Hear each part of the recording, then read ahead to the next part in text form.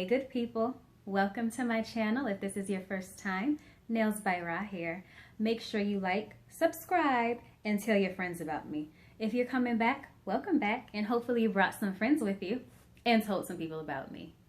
So this topic I've had on my heart all week. I've blogged about it before, but I've never made a video for it, so here it is. Make sure to get a full in-depth description and what to do. You can check out my blog at confessionsofaNailTech.blogpress.com. I'll also put the link in the description box just so you can get a good read on some of the topics that I touch on today. Which brings me to our topic. How to transfer your nail tech license from state to state. So say you are a nomad like me and you stay in a couple places, well, one place so far, one place long enough to get licensed, and then you decide you want to go somewhere else. Here's what to do. I'm going to touch on 3 different scenarios, and each scenario has subcategories within it because, again, when you are trying to transfer your nail technician license or any license in the cosmetology realm, it is handled by a case-by-case basis by the state board. So my situation was unique, I think, at least unique to me, because when you read about it on the Department of State's website of the state that you're moving to, it can be vague about how it's handled for someone in my situation.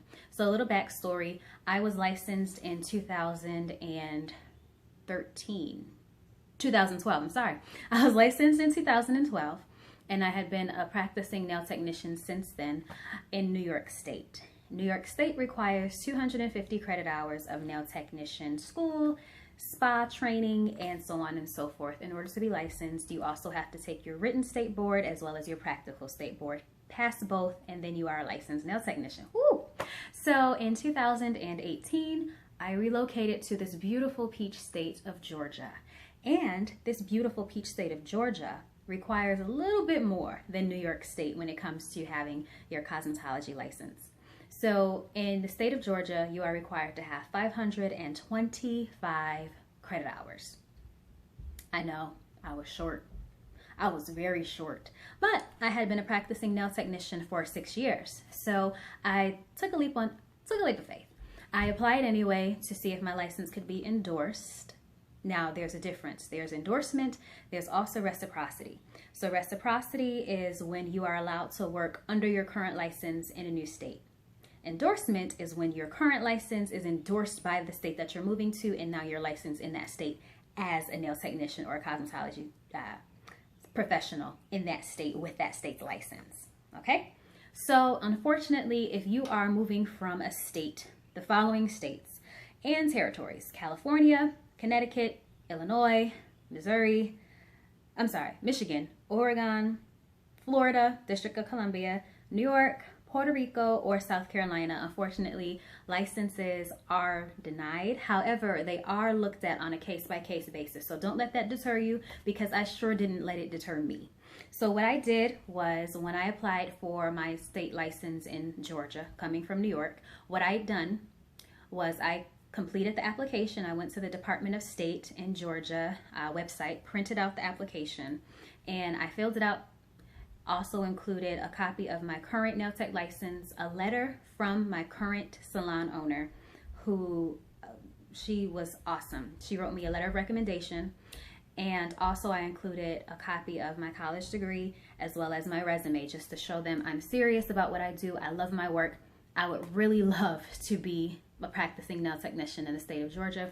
And by then I was already a practicing nail technician for 6 years when I relocated in 2018. So long story short, my application was looked at and reviewed by the state board, and I was approved. So I was able to practice nail technology once I moved, and that was awesome because it was a great source of income when I got here.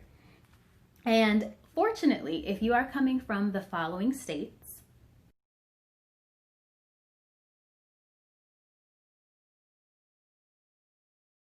then you should have no problem, because these states already have endorsements set in place for the state of Georgia. So you're clear, easy breezy, beautiful cover girl.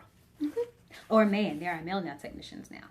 So the 3 topics that I was going to cover were states with endorsements in place. I think I touched on that. States with no endorsements in place.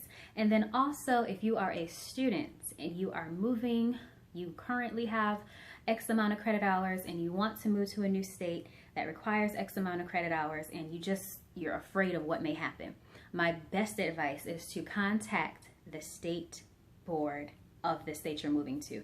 Get in contact. Those would be the best people to talk to because they would have better insight. And again, your cases are looked at on a case-by-case basis. So what may have worked for me may or may not work for you, and I hope I'm encouraging you to try anyway. I believe I covered everything. Can you believe it? So again, if you want to look into this topic more in depth, feel free to contact me at nailsbyra@gmail.com or visit me on confessionsofannailtech.wordpress.com. I'm there. I write about this at length because I really want to encourage students and current nail technicians to go get licensed. Stay licensed. Make sure you're on your renewals. Make sure you are doing your continuing education units. And I know with the COVID, it makes it a little difficult, but everything has gone digital. So this is an advantage for you if this is something that you want to do. Again, make sure that you like, subscribe, share, comment, anything, because I love to hear from you. All right, until next time.